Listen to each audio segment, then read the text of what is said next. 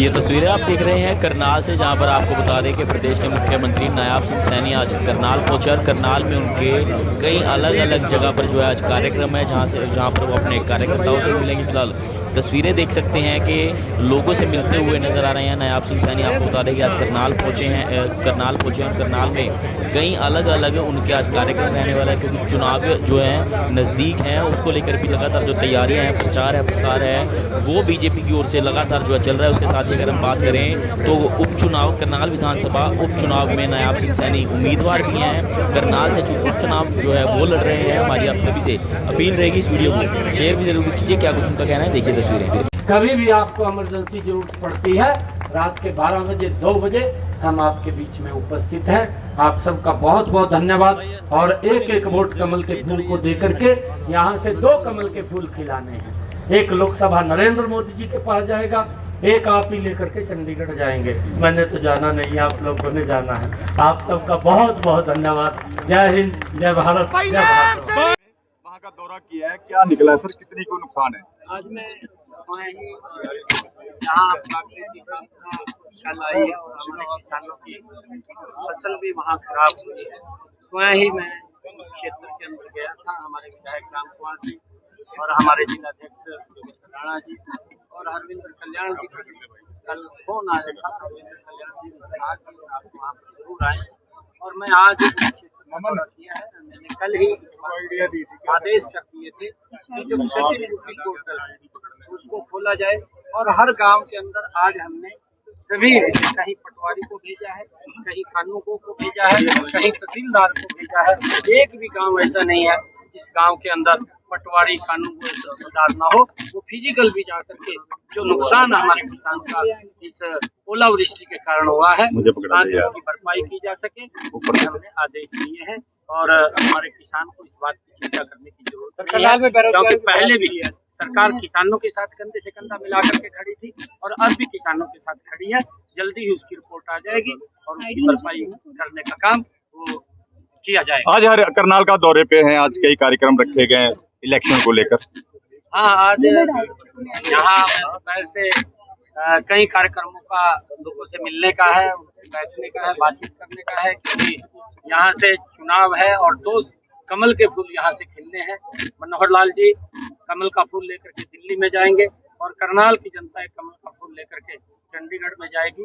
उसके लिए मैं लोगों से मिलने के लिए आया हूँ, बातचीत करने के लिए आया हूँ, क्योंकि पिछले दिनों में जो काम हुए, करनाल की एक नई तस्वीर बदलने का काम इन 10 वर्षों के अंदर, 9.5 वर्षों के अंदर ये मनोहर लाल जी ने किया है। उन कामों को हम आगे बढ़ाने का काम मजबूती से करें। दुष्यंत चौटाला कहते हैं कि मजबूरी में फैसला लिया गया था। वो दुष्यंत चौटाला कह रहे हैं जो हमने साथ दिया था वो हमारे से गलती हो गई। गलती हुई है, फिर उसको पश्चाताप उनको करना चाहिए, उसका पश्चाताप उनसे गलती हुई है। परंतु हम ये कहते हैं कि मनोहर लाल जी के कार्यकाल में, क्योंकि उनका कार्यकाल भी देखा है, जिस प्रकार का कार्यकाल उनका रहा है, भारतीय जनता पार्टी ने विकास की एक नई गति दी है, विकास की एक नई दिशा तय की है। चाहे देश है, चाहे प्रदेश है, हर लोगों तक विकास को गति से पहुंचाने का काम किया। और जो समस्याएं थी, उन समस्याओं का समाधान करने का काम ये हमारे अभी चौटाला जी ने कहा है कि पहले चरण नहीं, देखिए, लोगों का जो उत्साह, जो देखने को मिलता था, नरेंद्र मोदी जी की नीतियों को वो अप्रिशिएट करते हैं, क्योंकि गरीब तक ये पहली बार नरेंद्र मोदी जी की नीति पहुंचे, उनका लाभ पहुंचा है। और लोग बड़े मैंडेट के साथ नरेंद्र मोदी जी को तीसरी बार प्रधानमंत्री बना रहे हैं। और जितनी सीटों के ऊपर चुनाव हुआ है, कांग्रेस कहीं दिखाई नहीं दे रही। भारतीय जनता पार्टी, नरेंद्र मोदी जी की ही सीटें बड़े मैंडेट के साथ हुआ है। अभी चौटाला जी ने कहा है कि नायब जी, अभी चौटाला ने कहा है कि कई कारण हो सकते हैं, क्योंकि फसल अभी पीक पे है और हर व्यक्ति लगा हुआ है। हमने फिर भी लोगों से आग्रह किया था कि काम को छोड़ करके इस देश के, राष्ट्र के विकास के लिए वोट पोल करें, और लोग उस बात को भी समझ रहे हैं। परंतु समय का ऐसा है, क्योंकि फसल का पीक है, हर व्यक्ति उसके अंदर लगा हुआ है। नायब जी, अभी चौटाला ने कहा है कि विधान महानुभाव मातृशक्ति,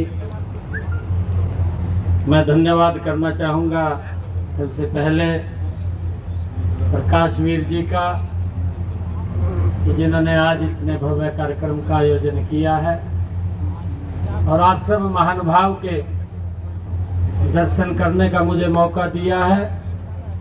मैं दोनों हाथ जोड़ करके आप सबको प्रणाम करता हूँ, दिल से धन्यवाद। हमारी मातृ शक्ति भी बैठी है, बहनें बैठी हैं। चुनाव का समय चल रहा है, जैसा अभी हमारे हरविंदर कल्याण जी ने बात को रखा है। ये मुझे तो मालूम भी नहीं था कि मैं यहाँ पर आप लोगों के बीच में चुनाव में आ जाऊंगा। अभी तो कुछ रोज पहले मैं तैयारी कुरुक्षेत्र से ही कर रहा था। ये कुरुक्षेत्र से चुनाव लड़ना है, परंतु पार्टी की जो एक रचना है, पार्टी का जो आदेश है, वो हमारे सिर माथे है। मुझे ध्यान में है, मैं जब पीछे विधायक था, हरियाणा सरकार में मंत्री था, मेरी ड्यूटी लगी कि आपने उत्तराखंड के अंदर अपने निशंक साहब जो पूर्व मुख्यमंत्री थे उत्तराखंड के, उनके चुनाव में रहना है।